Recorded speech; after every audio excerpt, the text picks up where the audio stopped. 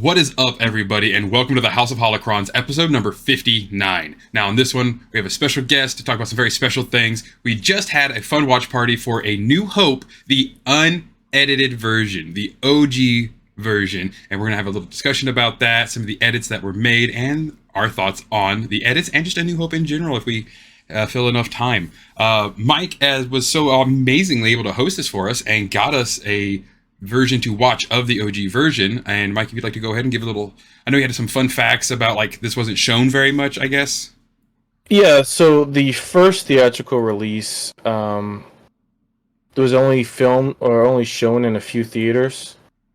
And then that was then they added a couple, I think it's about 4 edits to that before they released it for the initial view for the wider audiences. And then you have multiple edits after that, but you don't see the major edits, I think, until we get to the first home releases. And most of those that we see are very minor edits. Yeah. And there's some.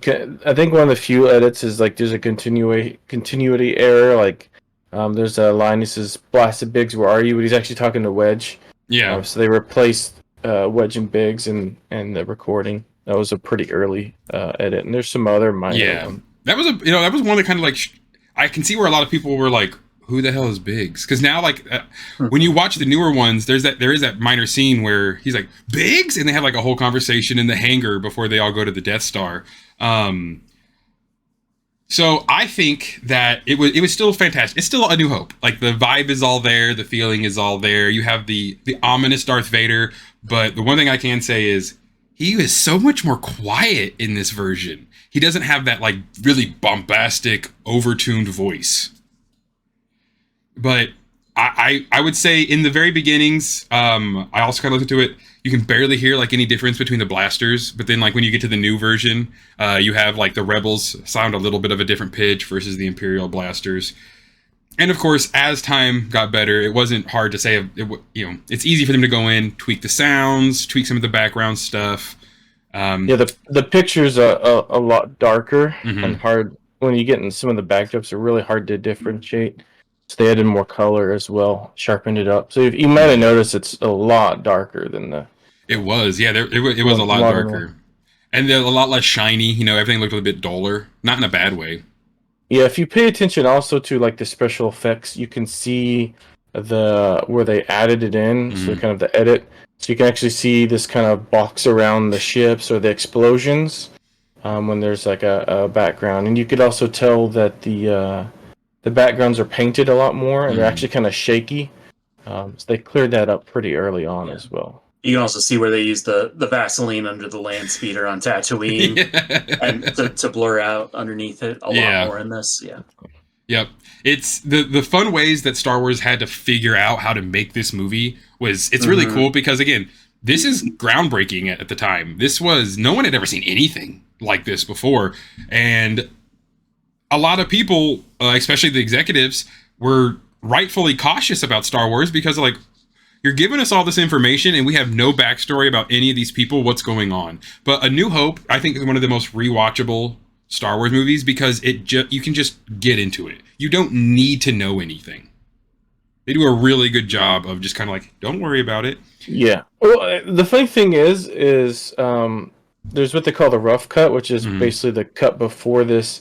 And this was only shown to a small few people, mainly because the main versions Lucas showed a film friend of his, and I don't remember who his name currently. They helped him figure out the edit process because there's more of the reason you hear Biggs so much mentioned is he actually had a bigger role at the very beginning, but they found out that it really detracted from the story because there was more of a presence on Tatooine with Luke that it just didn't really.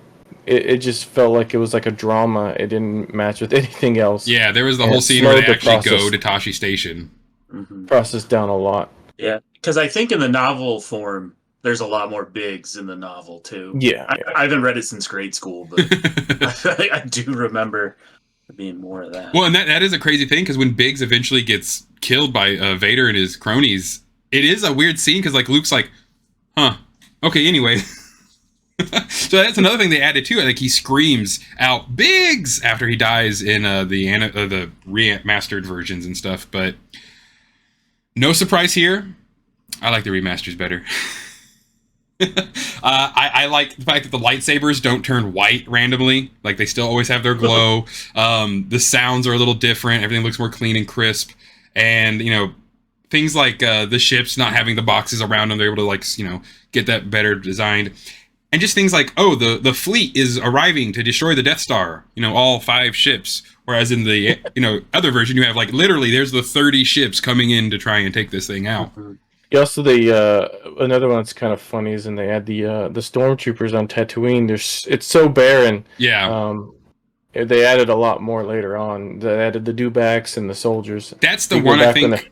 That stands out. There's no stormtroopers. Mm-hmm. Tatooine was very empty. They had a lot of humans, but it just when you see the remastered version and this version, you're like, it's empty as hell.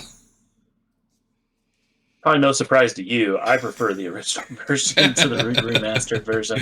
The remaster, it's just too crisp and clean for me. Yeah. For what it is, and I feel like I get why people like what they like, but I do like that the history of seeing what it was at that time, I feel carries a lot more gravity with it than seeing them redo it. Some stuff it's it's quality good and adds to it and makes it better. But there's a lot of it where it's this wasn't necessary. This just feels like hubris at this point. Well, yeah, because they literally they wanted to make it a little bit more funny, so that you get the scene on Tatooine when the speeder's coming across, and they added a lot of things. There's a big shot of Mos Eisley zooming in. There's more shot. There's a lot more shots in the remastered version of them flying into the environment, which it looks nice, but it's not really needed. Well, you get the Mos Eisley scene, but it's very bland. They added a lot more detail to it. It skims over, but if you see the 2 pictures, you'll see it. Yeah. Maybe personally, actually, I like them both. I feel there's a merit to watching both. Because the new one adds in some deleted scenes that they weren't able to do, like the Jabba scene, and it adds a little more context to it, and it gives more life. But there's some things I don't like. I wish they never touched the infamous Han Solo and Greedo scene. I feel like because originally it felt more like the classic Western, because the good guy in those is because the one who survives is the one who shoots first. Yeah, and he shoots first. He not only shoots first, but he's the only one that shoots in the original. Yeah, and we get this weird head bob now with the edit where he moves his head slightly to the left or whatever, and then he shoots afterwards. Yeah, it makes it really, that part takes a lot from me. Yeah. I mean, it's not Han Solo. His whole character is he literally is in mid sentence and he just blam from under the table. That's Han Solo to me. That is one thing I could say I would happily have them never have changed. Han Solo wasn't intentionally, because he says he did it because he wants him to seem more like a good guy, but he wasn't a good guy at the time. He was a smuggler. He was he dealt with gangsters. He owed a lot of money to gangsters. He wasn't a good guy. Yeah. Constantly talking about money instead of doing the right thing. Yeah, at the end, he's like, what am I going to do? Sit around? That sounds like suicide. I'm going to take this money and I'm going to go spend it. But then, of course, he does eventually come back. I keep thinking about it, though. I feel like the remastered version gives Vader more villain vibe, though. Because he is louder. He does have a deeper voice. It sounds a little bit more mechanic. Yeah. I wasn't going to say taken back, but I was like, oh, that just sounds like James Earl Jones. Of course, Vader's voice will always just be the magnificent James Earl Jones, but this is it's just more when they add that little bit extra to it. But there are, again, on the Mos Eisley scene, where the speeder goes by, then, a speeder bike almost hits this big Bronto-looking thing, and a Jawa falls off, and it's the CG wasn't good then, early 2000s, late 90s, the CGI wasn't amazing, but of course this is ILM inventing that technology like they did for so many other things. I mean, and like they did even in the original release, the theatrical releases and stuff. Yeah, they might have put in Vaseline on the lens to smear out the bottom of it, but they were still doing so many crazy things. But they also added a lot of smaller things that even I was like, I don't know why that was necessary. One scene is when R2 is hiding from the Sand People. They, for some reason, CGI in like a whole bunch of rocks to cover up R2-D2. It's like, how did he get in there? I also like one thing infamous about that scene, not only the random rocks, is the they changed the scream about. I think they changed it. They changed it originally, and then they changed it again. I think there's 3 variants of the scream that he does. Yeah, the one at the very end, the newest one that you would see on like Disney Plus, is like this really long, auto-tuned, like up and down. I don't know if it's like a force scream. Is he using the force? But it's still A New Hope. Again, it still has the same vibe. It has the exact same feeling to it. But it wasn't A New Hope yet on this one. Yeah, you know what? Right. That's actually a really good point to make there. That's one of the biggest updates they eventually made to it is episode 4, A New Hope. And that wasn't until maybe was that the 97 as well? I don't remember. I think. Yeah, because they had no plan in the... Oh, I found it right here. It's actually 1981. Really? Okay. Apparently. Yes, this is the 1981 release. The line episode 4, A New Hope, was added to the opening crawl. Okay. And there were a few other things. They changed the speed of the crawl, some of the spacing of the words. They capitalized the R in Rebels. But those few the smaller changes like that, adding a scene with Biggs to like give you like, oh my God, they met. And, this is their friends from Tatooine. You get to know that. It kind of helps a little bit, but it is still the same movie. I don't feel like if this updated version had never come out, that it would have faltered or it wouldn't have been as good. It's still A New Hope. It is still the birthplace of Star Wars, and it's so much fun. It's just a fun movie. Mm-hmm. So I would say A New Hope, of course, for me, isn't like end-all be-all favorite. It is the easiest to watch, but A New Hope means so much because like it has that gravitas, that weight behind it of being the start to all of it. So to kind of speak on starts, what was your start into Star Wars, James? Oh, it'd be A New Hope. A New Hope? A New Hope, and then Empire Strikes Back, and then Return of the Jedi.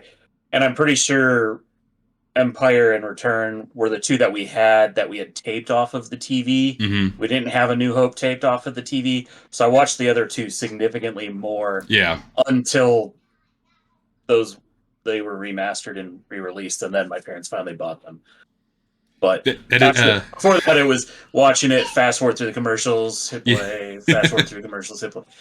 To those who might not know, it's called a VHS, and you would record things on it. Yeah, we get these 6-hour VHS cassette tapes, save a whole bunch of stuff off the TV onto them. Film over a few things, Right, by accident. Yeah. Hopefully. Oh no, the wedding. Accident, not someone doing it on purpose. Yeah.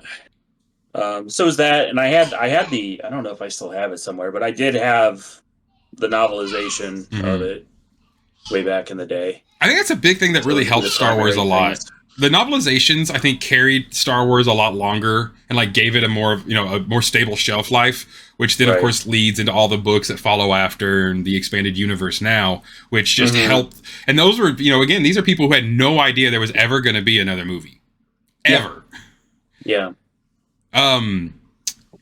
So A New Hope is such a different vibe to me as well as Empire Strikes Back and Return of the Jedi. And I don't think it's just because the characters are now cemented, but A New Hope really is like, the title is so fitting. It is. It gives you this hope for this rebellion, this hope for this series. Well, and this is something, I mean, there's been sci-fis before and something similar, but this is something new. They've never done it before. Mm-hmm. A lot of the shots and stuff, and the budget was so much lower than in the sequels, and so they did little easy tricks to get by. And if you pay attention in the background, if you can identify, especially in the older one, you could tell things were like this is just junk they kind of glued together. Mm-hmm. Yeah, and then you get more cleaner as you get to Return because they had more budget and they've gotten more experience with making props by then. I always got to say one of my favorite things that they did to cut time and exhaustion of the poor actors who were the Sand People in the middle of a desert.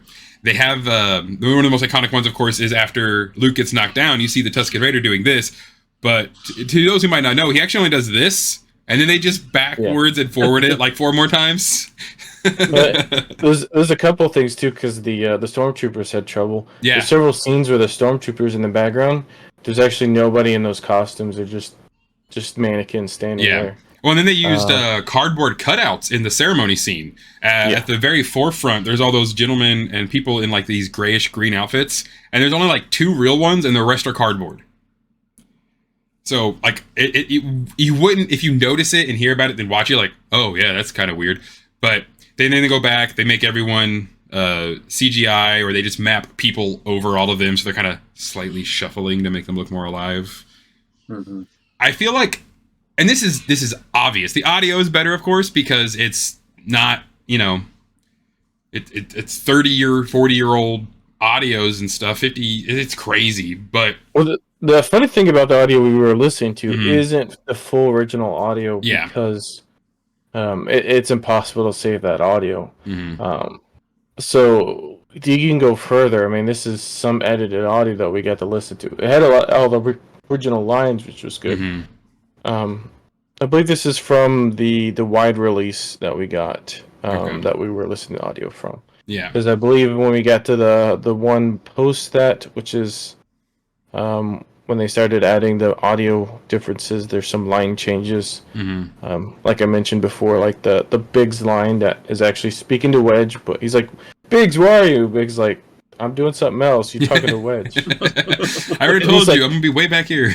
He's like, blasted Biggs, where are you? And then Wedge shows up. Because he's like, thanks, Wedge, or something like that. And he's like, get my name right. There's weird things like that, but and I know a big thing with this is it's crazy how much George, I wouldn't say dislikes his own movies, but he's like, it's not good enough yet. It's not good enough yet. Yeah, because that's been a thing he's done with almost all of them up until, of course, Disney buyout. Like even the prequels, I guarantee there were things he's like, no, add that in.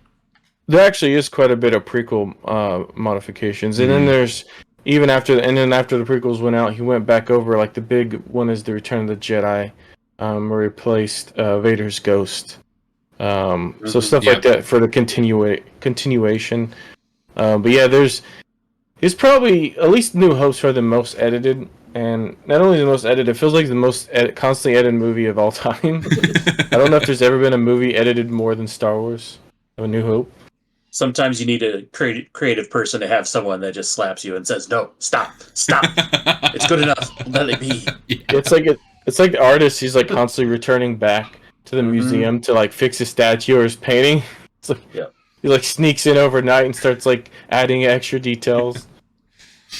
And it's one of those things like it leads to the it kind of leads into the fandom really of Star Wars, where it's not so much like a gap based on like maturity or anything. It's literally for a lot of people, it's what you saw first is going to be a preferred version of it because it has that nostalgia behind it. And nostalgia is one of the biggest things to Star Wars because unless you're very, very old, we all grew up with it, to at least from a young age growing up. Right. And it's shaped the zeitgeist. I mean, I can't even imagine, because Mike and I weren't alive just yet, but I can't imagine the hypes and the crazy things when Empire's coming out. Did you see any of them in theater, James? No, I did not. I was just thinking, I know it was like, the lines were nuts. It was an absolutely crazy time.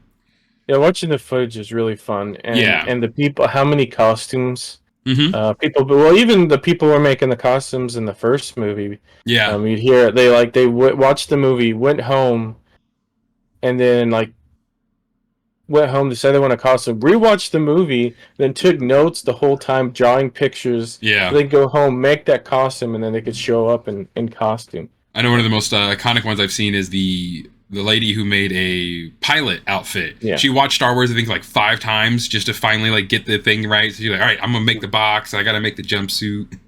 Just imagine how good, how difficult it was back then. Because they didn't have the internet. They didn't have... There's barely any media at the time for Star Wars. Because this is when it first came out. So the only reference she had was the movies. She just went back and watched it. So I was born the year Return of the Jedi came out. So Okay, so that did helps. not see Right. that one in theaters. Yeah, you said it too young. Unless your parents went. And just Yeah, happened to be the womb, in the surround sound. I don't think my mom would have. It definitely is not her vibe. No, yeah. I know I've had uncles and stuff talk about though, like the exact just mind shatteringness that was when the Corellian cruiser goes over, and they're like, "Oh, that was cool," and then the Star Destroyer. And even today, that opening scene for Star Wars is brilliant. How they are able to just slowly get this massive ship to just take up the whole screen almost. And you're just like, is it going to end ever? And, you know, then it finally does. And those are small things I'll change too. Like, even if you look at the thruster effects, they've tweaked a lot of that, moved a lot of that around, made it brighter and shinier. Even the blaster effects, everything's changed. Yep. They've changed. It made it a lot cleaner. Yeah. I got to say, that as much as I have a lightsaber tattoo to like, that is white in the middle to go off of the originals a bit more, because, you know, all of the lightsabers in the more original footage was very, very white in the center with a hue around it, whereas now they're just a color. But they also, if you notice, a lot of the scenes where they retract and extend the blade, there's only, I think, one time you see that happen. The rest of it is off film, like the old skin. But then they went back and added it, like you see in the bar fight. He kind of pans away, and then it goes back, and he's got the saber out. And then the only time I think you see it extend is during the Obi-Wan and Vader fight. Yeah. And then you actually see like a kind of quick cut, and it kind of extends really weird. It's a lot cleaner in the new ones. Right. And that's the only real difference is I feel like cleaning the things up, taking the edges off some things, you know, I could see that in a remastered version. But yeah, they went ham on this. I couldn't imagine being an editor sitting in this film. You're like, I kind of helped edit the first one, and now you're telling me we need to go back in and change like 45% of it. Well, they still had a lot of editing when it was supposed to, I know they did a lot of crunching at the very end of it. And I think that's where you get some of the rough edits from. Yeah. So I remember when the rough cut, a lot of it's like in black and white without any special effects, and that was close to release.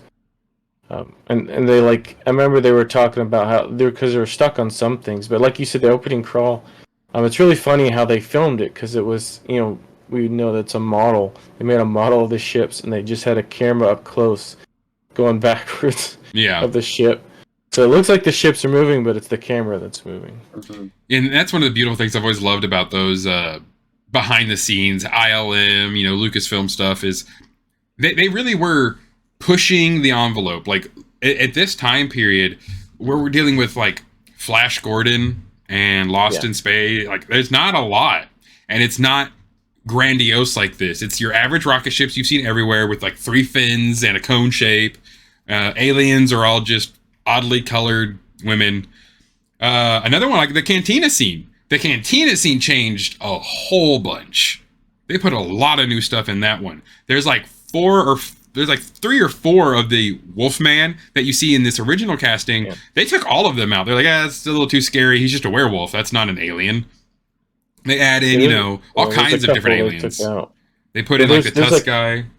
Yeah. There was one that had like it was like a weird alien design helmet, and they took him out. And they replaced it with a CGI alien. Yeah. So they definitely there were some bits and pieces you look at it and you're like, okay, cool, this is you guys filling up a world. And the rest of it you're just like, this is just George Lucas being nitpicky. Yeah, like I said, I personally feel like watching both, whichever you prefer. I would say probably the newest edit probably be worth watching first, and then after you get an idea, okay, this is what Star Wars is kind of accepted to be like. Now let's go watch what it originally saw when people first saw it for the first time, the original, and because it really is almost 2 different movies. Yeah, I don't think I could suggest anyone who is a generation under us or around us to go watch the very first release first, because that's going to be rough for a lot of people. But I mean, I still play the games that have 5 polygons per 24 inches of the screen. So and try to convince the newer generation after they watch the original that this was advanced for its time. Right, exactly. Like way ahead of this was like in the time of filmmaking, this was at least 5 to 10 years ahead of everybody else. And the And other it crazy still thing too. holds up better than some other stuff that came out 20 years later than it. So. Yeah. I mean, I remember watching it in the '90s when I was a kid. I that was the coolest movie ever. I mean, that's what hooked me on it. But Exactly. they go compared to what was out, and even in the '90s, it felt like it belonged. Yeah. You can, even today, if you were to watch them in chronological order, episode 4, 5, and 6 do not feel dated.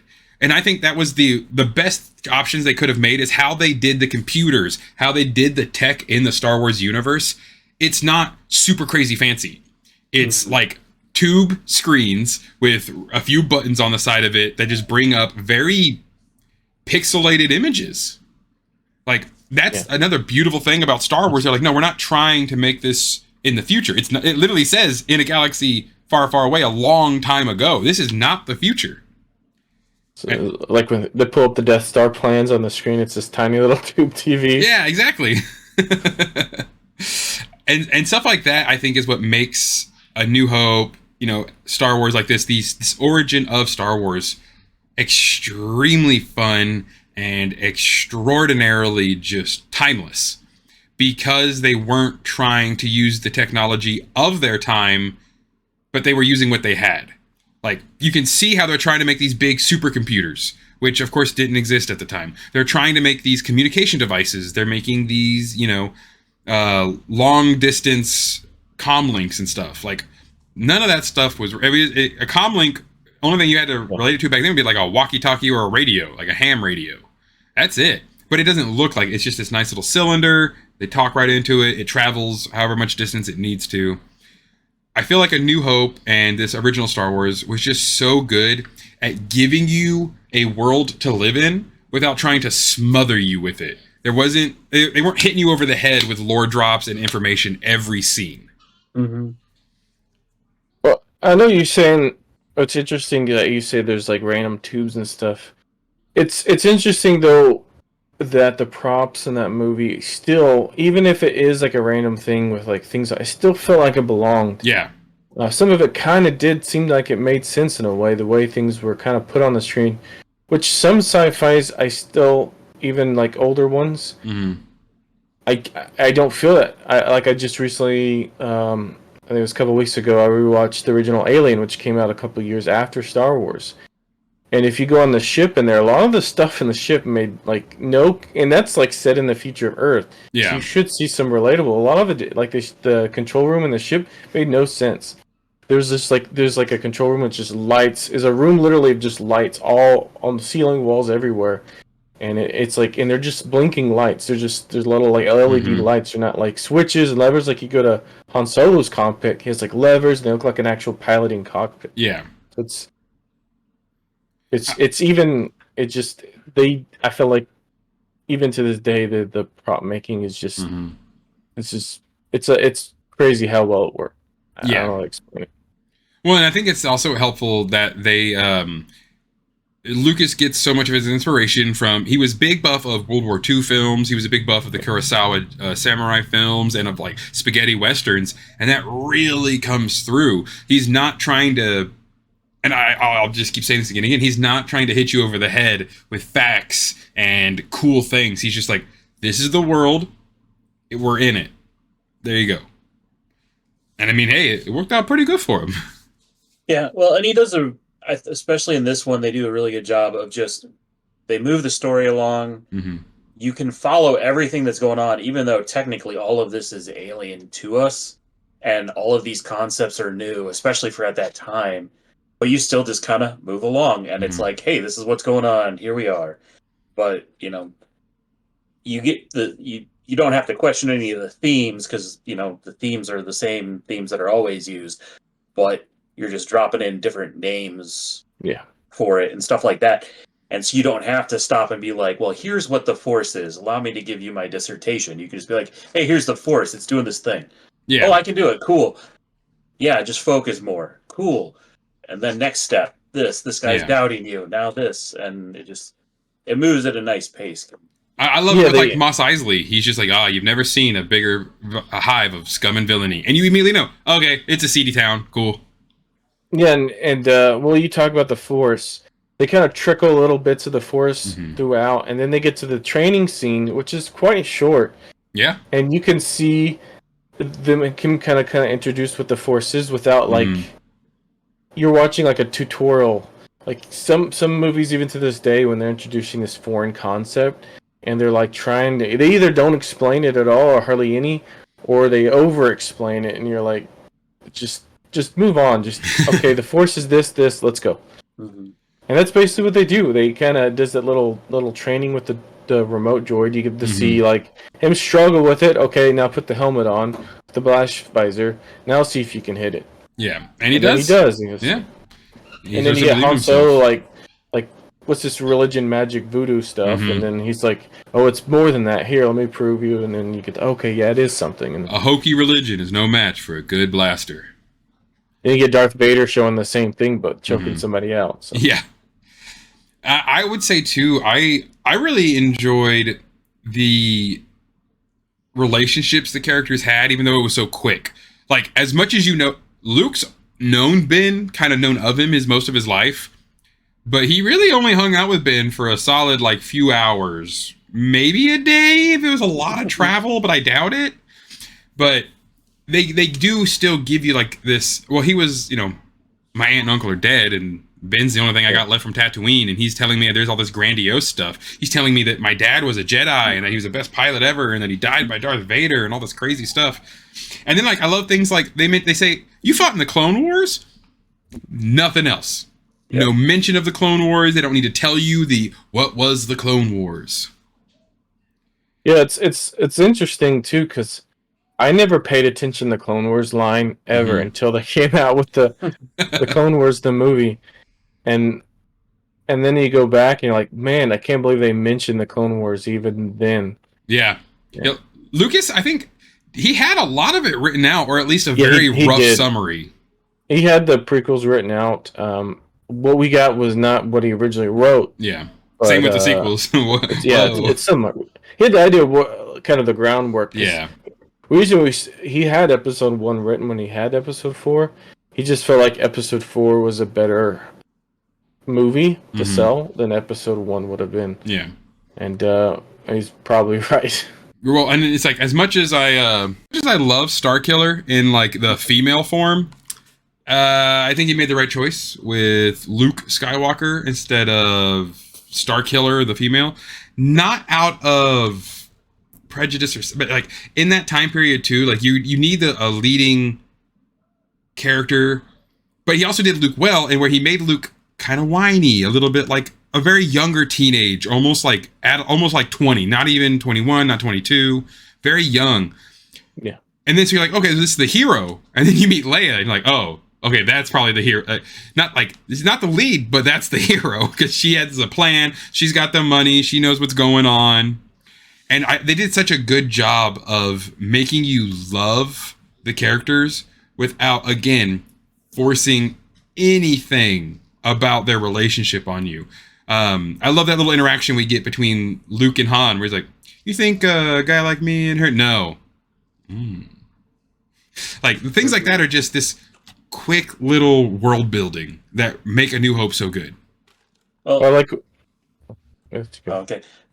Bringing that up, and then also just kind of watching this, trying to like, I was trying to view it from what if this was, the 70s, and I was watching this for the first time, but then just thinking, holy crap, imagine learning for the first time at the theater that Vader is Luke's father in Empire. Oh, yeah. After seeing this however many times in the theaters, and then just that reveal, like the level back then. Yeah.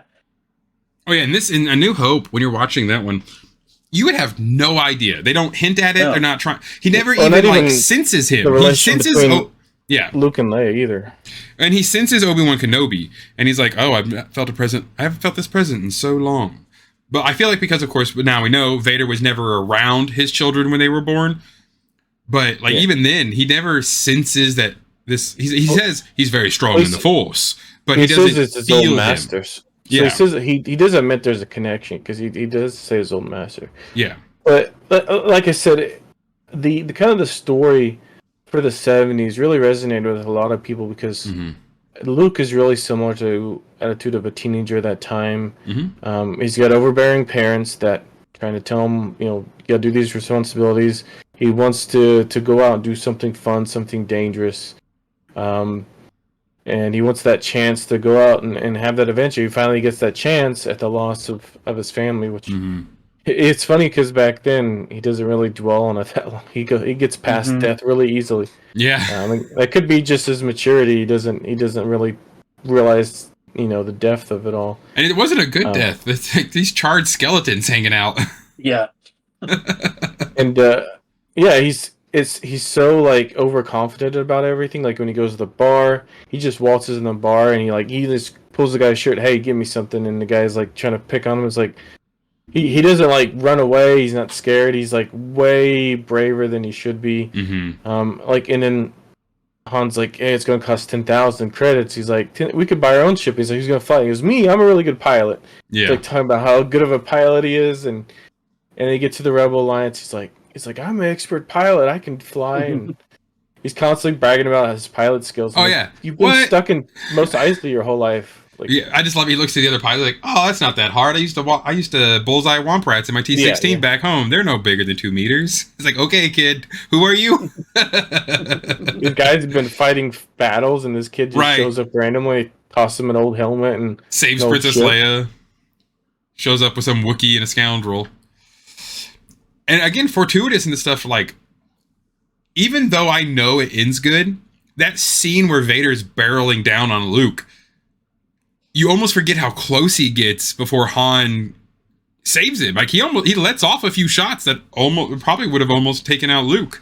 But even though I know where the story goes, how it progresses, where we're going, I can still find myself enraptured into the movie enough to not be thinking about the constant, oh, I know where this guy goes. Oh, I know where that goes.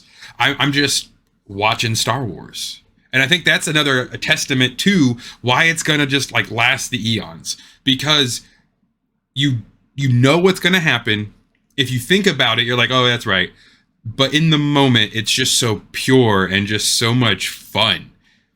Especially the original trilogy, because that was really I think the original trilogy had like the perfect balance of humor meets drama meets, action and stuff like that. Because that's what it was written to be. Because the lightsaber fights, well, why don't they slam them together that hard? Because they break. They broke like hundreds of prop lightsabers in the making of A New Hope, Empire Strikes Back, Return of the Jedi. Because it's literally just a rotating stick with a little motor in it covered in a reflective tape to kind of like help the editors get back over there and just add blue or red to it. And then also you see the and it does kind of fit with the personality of the guys fighting. The Obi-Wan and Vader. It wouldn't make sense it'd be all over the place. Yeah. But we see in like the prequels when you start seeing, because even when you get later, you don't see too much moving around. You start to see some jumping with Luke and these big old crazy force jumps. Yeah. In the Return of the Jedi. You still don't see too much of this acrobatic fighting as you get in the prequels, where they kind of started adding. That kind of started becoming the norm with the sequels and everything else that came in between. Of this, like now, this idea of when Jedi's fight, they're spinning, they're twirling, they're flashing their blades all over the place. But really, they weren't. They were more like the traditional samurai fighting, where it's strokes. Yeah, and it makes perfect sense for them because. Again, yeah, you have the old man, and then you have the machine. But also, like Mark Hamill talks about all the time, like, no, George told us these are supposed to be heavy. Like, you should never take both of your hands off the saber hilt because these are extremely heavy weapons. So it gives you this like they know what they're doing, but he's just figuring out. Luke swings that bad boy around like a baseball bat a good couple times, and like even in the fight between Obi-Wan and Darth Vader. Old man Obi is just kind of like nicking. He's just like these quick little precise movements, just trying to get in there. And it really comes to the time frame. Of course, prequel era, the Jedi are all around. So of course they know how to lightsaber fight better. We get the original trilogy era in which we have Vader who remembers how to lightsaber fight. So he can kind of handle anyone who really comes at him. until Luke can train up and stuff. But for the first, like, especially in A New Hope, like, I've always wondered, did at any moment in time Obi-Wan think he was going to beat Vader? Big no. Right. I think he probably did. I think he felt like the situation would have been better if he just went. I think his idea finally finish him off, guiding Luke, yeah, to carry on. 'Cause I think he felt like his life was probably going to end, because originally Obi-Wan was supposed to be a lot older than what we get in the newer stuff, because the time difference makes no sense how he aged so quickly. Tatooine, man, it's the sun. Yeah, it's the two suns. It really dries you up. I think he just felt like his time was coming and he needed to kind of pass on the baton. And as a Force ghost, he felt like he could do more guiding to Luke, which he does. I think he just kind of foresaw, he weighed consequences, and he felt like he should do it because that would be the only way to really push Luke. Yeah, I can see both of those, because I mean, when they first meet, he's already telling Vader, "If you strike me down, I'll become far more powerful than you could ever imagine." Of course, with all the knowledge we have now, we've known that Yoda as a Force ghost and stuff has appeared to Obi-Wan and been like, "I have teachings for you from your old master," and he gets to talk to Qui-Gon and stuff. So he knows of Force ghosts, but and I like it because they didn't have to tell us that. Like, we know it now in hindsight. But in that moment, I kind of feel like, to agree with what you're both saying, maybe he felt like, well, I'm going to hold him off, we'll see where this goes. And he looks over, he sees Luke, he's like, I know what to do. The will of the Force is flowing through me. I am one with the Force. I am fully accepting of my fate. And I'm just gonna... Which, that was the first time I really noticed it too. After the cut, Darth Vader's lightsaber is just white. It is. There's no red at all. It's just white. But again, it's funny. Yeah, it's funny because that death is the only death that really hits him hard. Yeah. But yeah, I still feel, because he saw him there. He's like, he kind of just drops his guard at that moment when he sees Luke there. I think it's more like, I want to prove to you what the Force is, and this is how I'm going to do it. I guess that's a good point. Yeah, I feel like he can. That ghostly voice speaking to him ethereally does kind of like give him more of this, okay, so the Force, like he says when he's teaching Luke in the beginning, the Force, it's within us, it's around us, it penetrates us, binds us all together. Yeah, because like, if we go back, if Obi-Wan was alive and we play the whole thing, everything goes like normal, they do the Death Star run, and Obi-Wan gets on the mic, says, trust in the Force, don't use your targeting computer. I just imagine Luke just going, okay, whatever, old man, and ignoring that. I feel like now that he's like grasped, is like, is that really you talking to me from the dead? Right. He kind of grasps how like this, maybe there's some like, maybe I should listen to him. I feel like he would be more rebellious if he wasn't a ghostly voice. I could definitely see that, and because it added that weight to it. That's probably one of the most weight-filled scenes in the entirety of Star Wars: A New Hope, is that death of Obi-Wan. And it's because it's so crazy, too. You're like, well, hold on. Because, again, we don't see him as a Force ghost. We just hear this thought. And it doesn't immediately tell you that he's speaking to him from the afterlife. This could be like, maybe it's just Luke remembering like his lesson. Maybe it's kind of Luke just putting Obi-Wan back into his life however he could in that moment, the what he needed. But...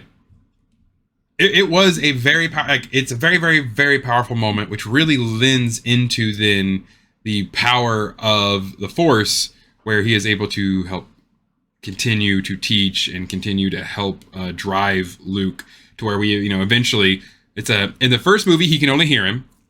In Empire Strikes Back, he can kind of see him. And then in Return of the Jedi, he can sit down and have coffee with him.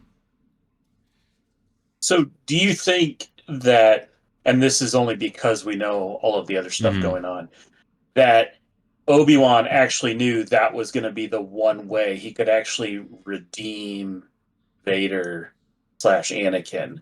Like, looking at the whole story itself and what we know the Jedi can do.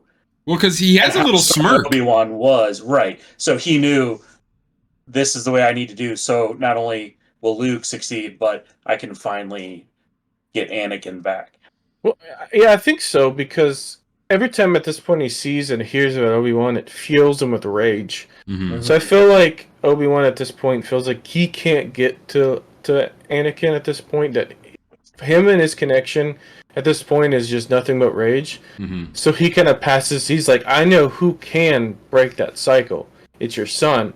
So I feel like Obi-Wan, and not only to guide Luke, I feel like he feels like he has to be kind of that part of his past that has to kind of die, so that Anakin kind of like move on.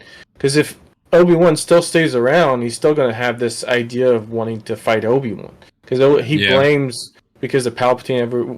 What we kind of find out from the prequels, that he blames Obi-Wan for so much that went wrong, even though Obi-Wan had nothing to do with what went wrong. So, I could say that. Yeah, I feel like he definitely knew it was going to be the best outcome, but I almost feel like he also wanted to villainize Vader a little bit, because, I mean, what we get in like the Kenobi series, he straight up says, then you are dead to me. Like, you are no longer Anakin is dead. He leaves him there, calling him Darth. He never again references him Anakin. He is only Darth from that moment on.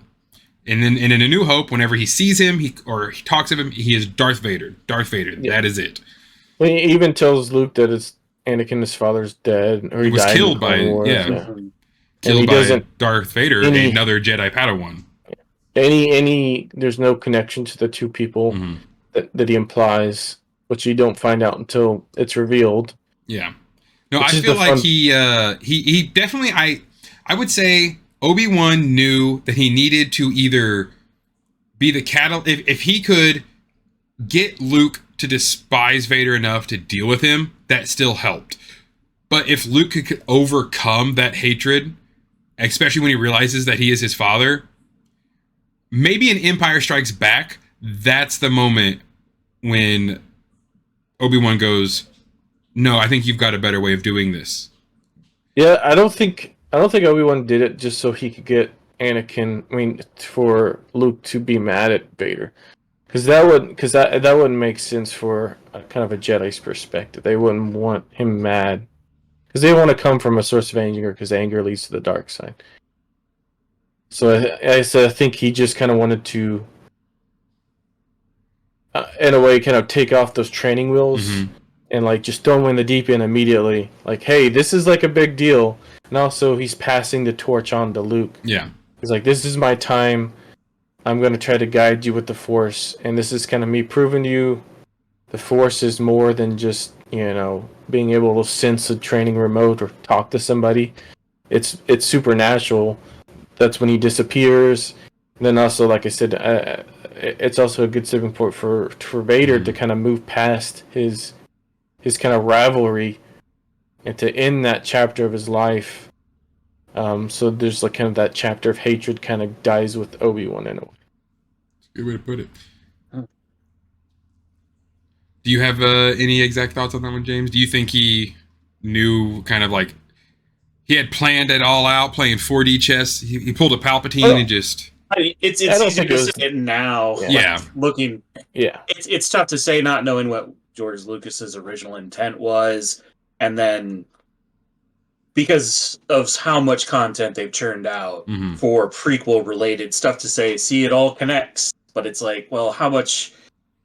Not all of it was intended initially when it came out, kind of, because I'm sure I know he had stuff planned, so it would be nice to know, but just the way it was acted in that scene and stuff, and knowing what comes out in the next two movies, at least, it feels more along the lines of there was some, this is how it's gonna make things right. The look he gives him, it does look definitely intentional. He takes he turns his lightsaber off. Yeah, he just kind of holds it up, turns it off after he's looking at it. But I don't know, because it feels like in Empire Strikes Back, Luke is out for blood the entire time. Like, he's trying to train so he can get stronger, and then the second he finds out that his friends are in danger, I gotta go help him. I'm gonna defeat this Darth Vader. And I mean, it doesn't work out good for him, but... Well, yeah, he does kind of dabble in the dark side a little bit until he deals with Yoda's really when he kind of gets over that, because that was the whole point of the cave scene, is like, this is who you're going to become. Yeah. Yeah, I feel like it could be either, but that would definitely be. I feel like if George Lucas ever did any like Star Wars question air stuff ever again, that would be an amazing one to ask. Just be like, did Obi-Wan do that on, like, did he know what was going to happen? Did he know that sacrificing himself would be a catalyst to the redemption of Anakin? Because that is amazing, but at the same time, when you're one with the Force, because he's so at one at that moment that his body literally just becomes one with the Force when he's stricken down. So who are we to say that he doesn't have a glimpse into what could be?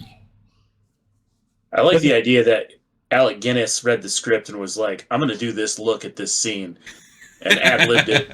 And then George Lucas was like, oh, shoot, I'm going to write that down. Yeah. Yeah, I don't think George Lucas really had that big of a plan at the time.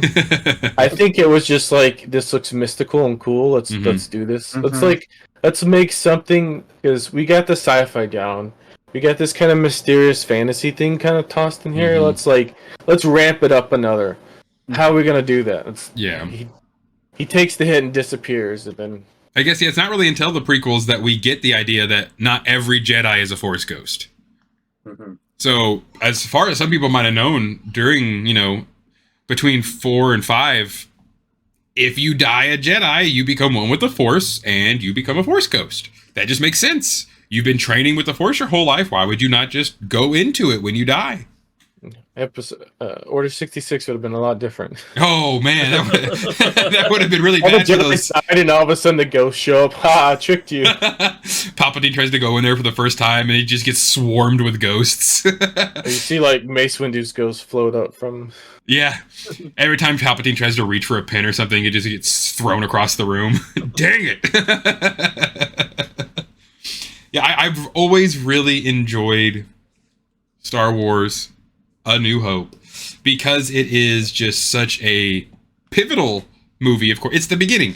Like, this is the beginning without being the very beginning. We're not getting that till 2030 something with the Dawn of the Force movie. It's just that kind of perfect storm that happened with the casting. Yeah. With the special effects. It had to, yes, because it had to be everyone. Harrison Ford needed to be Han Solo. It's just who they got to direct to make the music. Yes. Who they got to make the simple props they make. The scenes, I mean, there's so many things that if you nitpick and you really pay attention, that you could tear apart. How awkward the stormtroopers are fumbling around when they're running through scenes because it's so hard to move in the armor. Smacks his head. Yeah. I'm happy they left that in. Every time they're running in corridors, they're like when they run through the Tantive 4, they're stumbling around. Darth Vader turns awkwardly because he can barely move in that armor. It's funny stuff like that, but you don't notice it because it's so magical. You're just like in awe the whole time. I love that there is that, like, literally they just thought that stormtrooper hit his head. Nah, leave that one in though. Of all the things we fixed in Star Wars, that's gotta stay. Well, I think it's just because the scene is there's so much they can't cut out. But it's very quick. At that point, might as well just leave it in. It's become iconic. It's kind of like the Ralph Bakshi's Lord of the Rings, where Aragorn trips, and they're just like, we don't have money to reshoot. Just color it in. You see him trip when he runs in. I also like that. I wonder if when he originally, because I know he had the idea, but I wonder if the original script he did have the idea to make Vader, Anakin the same person, because he did have stuff written, but at that time of filming, because he changes so much from the original script and the original story than what made it on movies.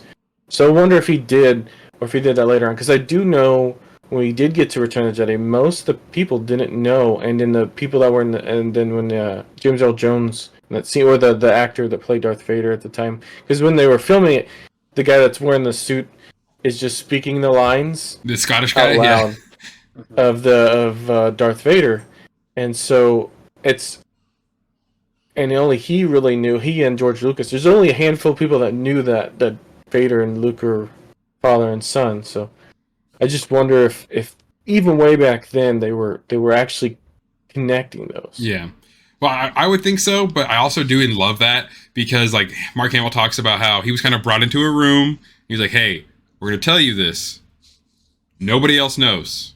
I need you to react like what he's saying is this. But what the Scottish guy under the helmet's really going to say is, like, no, I actually did kill your father, or something like that. And then we're just going to dub over that with, no, I am your father. So, and that's one of the most amazing too, is you ever get to see it. I highly recommend anyone go look up the unedited, non-added James Earl Jones version, because you just hear this thick Scottish accent coming out from behind Vader's mask. I mean, huge guy. They had to get someone big. I personally don't know if I kind of doubt that there was a original connection in the original when they were the episode of A New Hope. Mm-hmm. Because I feel like we're giving Lucas a little too much credit on that. I don't think he was that far. Like, he had the general idea, and like I said, a lot of it changed. He was originally called, last name was Starkiller, for starters. And then lightsabers had a connection with battery. They had big battery packs. Oh, dude, like else. Ralph McQuarrie's art, everybody had a lightsaber. Even the stormtroopers had them. So, I don't know. He could have, but I feel like that twist, I feel like he probably came up with it during probably Empire. I don't know. Yeah. You know, and it's all amazing. And that's another thing that I loved so much about the Star Wars universe, is it does give us this just enough gray area in between everything where we can be like, well, what did he mean by that, though? Right. But you got we're coming up on 50 years worth of history to it, too. Yeah. So. Half a century of Star Wars, and it's apparently not stopping anytime soon. We just got the announcement today for what was it, like 2032 or something? They said is when Mandalorian and Grogu is going to come out. No, they're starting. I know, but they're starting filming now, though, pretty much. Well, they announced it. What was that? A couple hours ago. Yeah. I saw when we were watching our movie. It popped up on my phone that they're starting at June 17th, 2024 is the filming, and then it's supposed to come out in 2026. So. Yeah. Which, again, I just got to say, The Mandalorian and Grogu, that's the title. Have you gotten a chance to watch any of The Mandalorian yet, James? Yeah. I want to share how much you've gotten into. What have you seen? Have you seen Andor or anything like that? Or yeah. What'd you think of Andor? So I enjoyed Andor. I get why people love it, and I think it's very well done. It's a lot of fun. I need a little more of the space opera thrown in. Went for it, and the flash and pizzazz. Mm-hmm. It's really well done, and I very much enjoy it, and I'm looking forward to the rewatch of it. But I definitely lean heavier towards I need more lightsabers. Yeah. more flash and pizzazz to it. Well, one of the problems with the whole lightsaber and pizzazz thing is Disney feels like, and George Lucas, well, I wouldn't say George Lucas as much, but Disney really feels like they're too scared to really do much with that without repeating what's already been done over and over. That's fair. And so we have it. Ahsoka did pretty good. Yeah. Ahsoka did pretty good. Yeah, Ahsoka's on the heavier side, the better side of this stuff, and I feel like they've got a lot of practice, because a lot of stuff we've gotten lately with the Force and lightsabers has just kind of been like, it's stuff we've already seen before. They're not really breaking too much ground. Oh, when they try to break too much ground, it feels weird and out of place when we get with the sequels. Mm-hmm. So did you like the Mandalorian at all? Oh yeah, I've enjoyed the Mandalorian quite a bit. Actually, the only thing I have not seen is Boba Fett. That's the only one out of all the series I haven't seen yet. So I have enjoyed Mandalorian. You'll like parts of Boba Fett if you ever watch it. You probably won't like much of it. I don't know. It's got great moments. Because I will admit, so I got very disenfranchised when the prequels came out. Yeah, I'm not a fan of the prequels. Then you probably won't like Obi-Wan then. Obi-Wan. I love Obi-Wan. So the Clone Wars animated series brought me back in. Okay. And I even went back and rewatched the prequels because I was like, maybe I missed something. And I was like, nah, I'm still not a fan. But everything else that's been coming out after the fact, I am very glad that a lot of the actors from the prequels are getting a chance to kind of show them, like, they're getting a chance to like get in the fandom spotlight like they deserve, I'm sure, as opposed to the way they were treated back then. yes. So, like, I'm very happy for that. So But those three movies just don't really. if all of the prequels had been like those last few moments in Obi-Wan between Obi-Wan and Vader, like that emotional conversation with really good writing, if they had all been like that, then maybe you would have liked the prequels. Yeah. I mean, honestly, with the prequels, if you had just improved the writing overall, like, it would have. Yeah, it just so happens that most of the like near the end of the with the Revenge of the Sith and stuff, but it does. A lot of the bad dialogue from Anakin in the first two movies is mostly Anakin. Yeah, there's a lot of bad dialogue. But I will also say too, like trying to do a prequel series is you have to do so much better than what you would have to do if you were doing a sequel series. Yeah, because you're trying to take modern tech for cinematography and everything and CGI and fitting it in to decades prior scenarios. And it such a huge gap too. Like I was telling him, well, and the practical too, like what you were kind of saying there. When you have CGI for almost every ship versus practical models, that was the big tearaway between the OG and the prequels. Even for me, it was like, is nothing a model anymore? And they kind of returned to that in the sequels, using more models, using more like focus frame and stuff. Well, and then going into prequels, you're separating a whole different story. You're not continuing on because so many people were still stuck on what happened with Luke and the main characters. And like I was mentioning to him that when we were talking about our episode 1 podcast, or our previous episode, that really if you look at the timing, the big gap, and how they had to introduce a new storyline, the episode 1 was really doomed to fail when it first comes out. Because people are still stuck on, this is what Star Wars is going to be like. Yeah. They're like, they kind of do a 180, and this is a totally different experience. Now so, this is pod really racing. It was really doomed to fail. Yeah. I mean, I think I've already gone off on Chris and many drunken tangents about this before. So, because I feel like if they had just started, if it had been one actor as Anakin for all three, and they kept, they brought the timeline up from the first movie to be closer to the start of the Clone Wars, it would have helped that whole business. Yeah, the aging between episode 1 to 2 to 3 and then to 4 just doesn't really match too well. Right. Yeah. I will say, as much as when it first came out, having Ewan McGregor, because I remember thinking, this guy does not look like he should be Obi-Wan at all. Yeah. It's really nice now being like, yeah, that dude's Obi-Wan. That's Obi-Wan Kenobi. It's so funny you mention that, because I have the remastered from one of the VHS sets, and it's like one of the first remasters they did. And this was a couple years before they were doing episode. I think he just did episode 1. It was episode 2. Okay. Was it episode 2 that I told you? I don't know. I think it was episode 2. And then they had right before, there's like 30 minutes of footage of them just doing interviews talking about the upcoming movie. And it's so early that they haven't even started filming. There's no film or anything to kind of show what's going to happen. It's just like the actors, and they look so young in those interviews. It's so funny. Yeah, it is crazy. Just trying to talk about the movie, and and even like for a lot of people too that were a little older, Ewan McGregor was at Train Spotting first, and that's not someone you think is going to be a Jedi. Little Scottish heroin junkie. But man, he did really good taking that.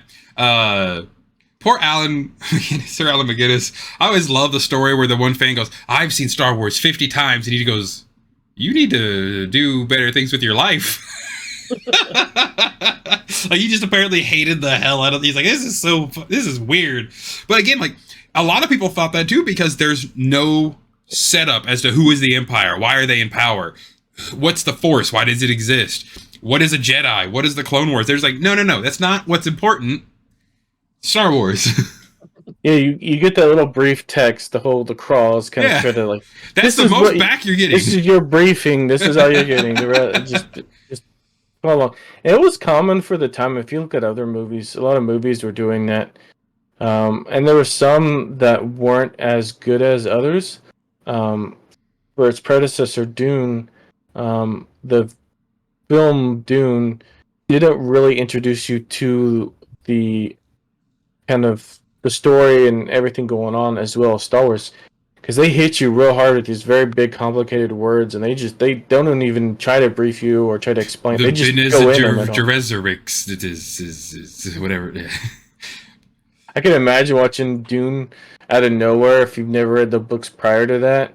You'd be so confused. Yeah, you love Dune. I love it watching now, but I'm just saying, like, when it originally comes out and you don't know anything what's going on, you got to be completely lost. I tried so hard to watch those Dune movies. Oh no, you gotta watch the Aronofsky Dune first, which he gets so much wrong from the book, but it doesn't matter because it's just an epic movie. And then you gotta listening to someone narrate everything for the first couple minutes. We're just like, okay, is this movie starting, or are you gonna keep talking? Well, yeah, it's weird. He's like, he wanted to do Dune, but he also wanted to do some like kind of that style, the whole. I forgot that style. It's kind of the whole Hellraiser stuff. It's all like shock value, or these like weird twisted things that never happened in Dune. Even though Dune had its own twisted things, but not like. Yeah. And the reason I bring up Dune because that was a big inspiration for parts of Star Wars. And then, but yeah, if you ever want to watch a more accurate Dune, if you haven't seen the sci-fi, they have like a short series. I think there's like 3 episodes. I think that's the one he watched. It's the closest to the book that we have. Yeah. But you want to watch the Aronofsky one because it's much more entertaining. It's a fever dream. Have you seen it, Chris? Have you seen it? No. Oh, which one has Patrick Stewart in it? That one. That is the Aronofsky one? Yeah. Okay, I've seen bobbles of it, but not nowhere near the whole thing. You gotta watch it. It is. There's scenes where it is a fever dream. Especially. I have it on DVD. We'll watch it. All right. Cool.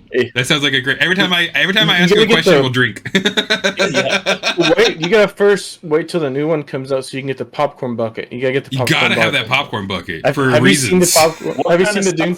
What kind of stuff's going on while we're watching this movie? Hey, look, don't look at the popcorn bucket, okay?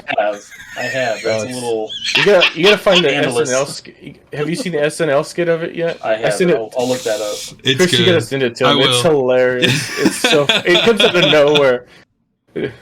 So, and I think before we get to kind of think about like Dune and think about those older movies, was A New Hope one of the first movies that put the credits at the end?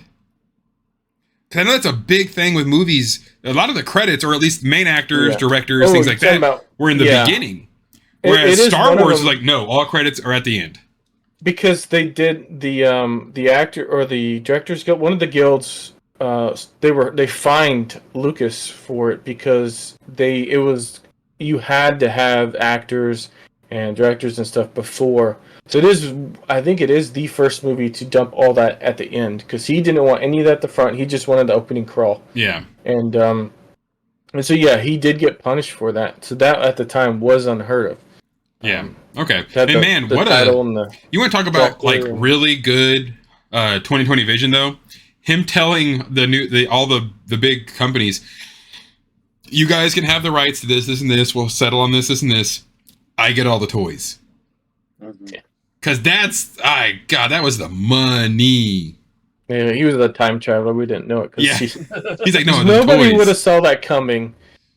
Because I believe he gave a lot of it the rights to Fox at the time. Yeah. The showing and stuff. So they got a big chunk of the movie and stuff because they helped foot the bill for some of it. Right. Because he was drowning and trying to finish debt and trying to finishing the movie. So they helped foot the bill for a lot of the advertisement stuff like that. So I can imagine. Yeah, they think this guy's an idiot. Yeah. Let's see toys. What toy rights for. Yeah. Oh wow, because toys sell so amazingly well with their counterparts in this time, and then they did. Oh, they did.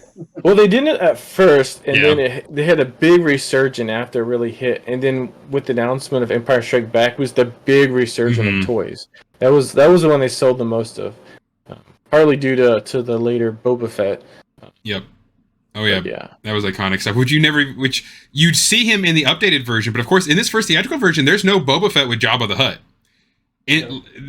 The first time you ever saw him was supposed to kind of like it's Empire Strikes Back on the Tantive or the Venator, but on the ship with Vader.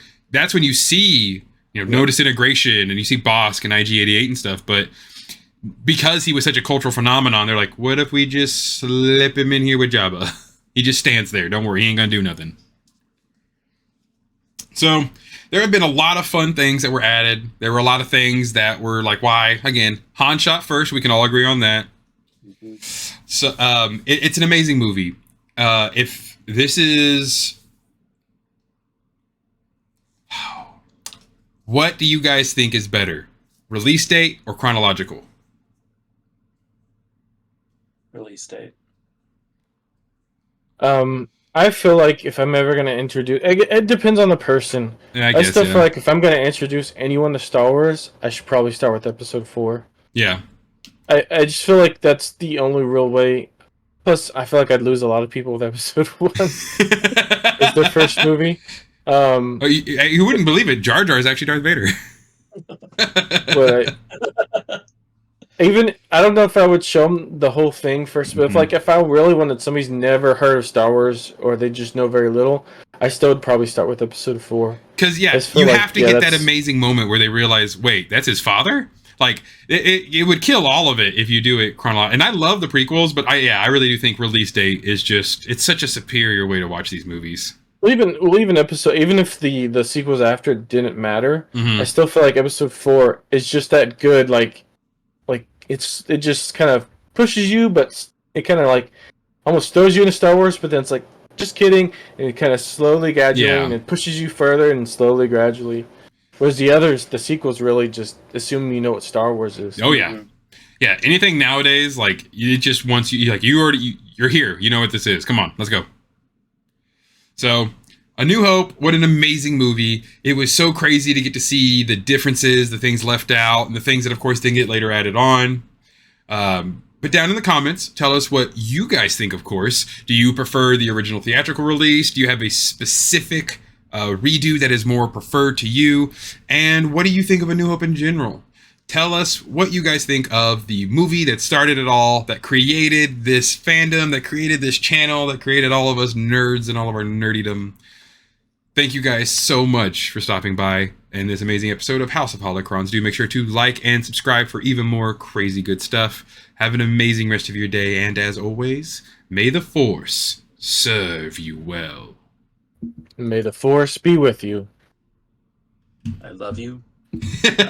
I know, yeah.